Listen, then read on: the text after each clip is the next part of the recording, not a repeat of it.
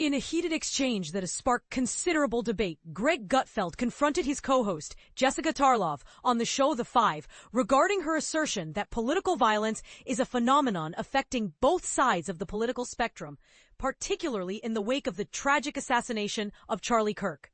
During the episode aired on Monday, Gutfeld interjected while Tarlov was discussing the background and interests of Tyler Robinson, the individual accused of shooting Kirk. He posed a provocative question. Why is it that such acts of violence seem to predominantly originate from the left rather than the right? We don't need more information, he asserted emphatically. What's intriguing is why this violence is only occurring on the left and not the right.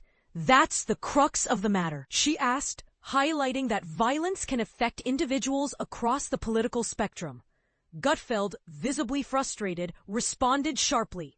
Did you even know her name before this incident? None of us did. We weren't discussing Melissa Hortman every day. I had never heard of her until after her tragic death. Tarlov retorted, questioning whether that meant Hortman's life and death were insignificant.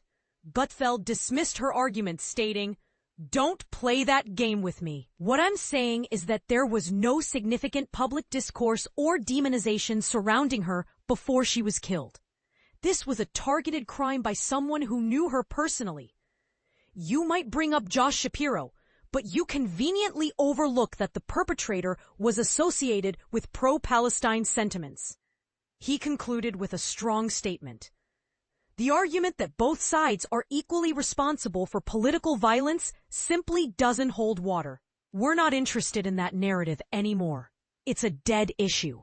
This exchange has ignited discussions about the nature of political violence and the narratives surrounding it. Gutfeld has been particularly vocal since Kirk's assassination, which took place during an event at Utah Valley University the previous week. In a somber monologue on his show Gutfeld last Friday, he reflected on the profound loss and suggested that such acts of violence often backfire. So why was Charlie targeted? Gutfeld asked rhetorically. It wasn't merely about his ideas. It was because he excelled at them. He was unparalleled in his field. This will ultimately backfire. History shows us that those who are murdered for their excellence, like Martin Luther King Jr., John F. Kennedy, or Abraham Lincoln, leave behind legacies that endure. Even a song like Imagine, which I personally dislike, continues to resonate globally. Their influence persists, and so will Charlie's, perhaps even beyond what he could have imagined. He understood the impact he had, which will only amplify following his death. He was a man whose career was built on respectful dialogue. However, this grief will transform into determination. If you aim to extinguish an idea, the worst approach is to eliminate the person behind it, as that not only garners attention, but also propels the idea forward. This discussion raises important questions about the nature of political discourse and the implications of violence in our society. What do you think? Is it fair to say that political violence is more prevalent on one side than the other? Or do you believe that both sides share equal responsibility?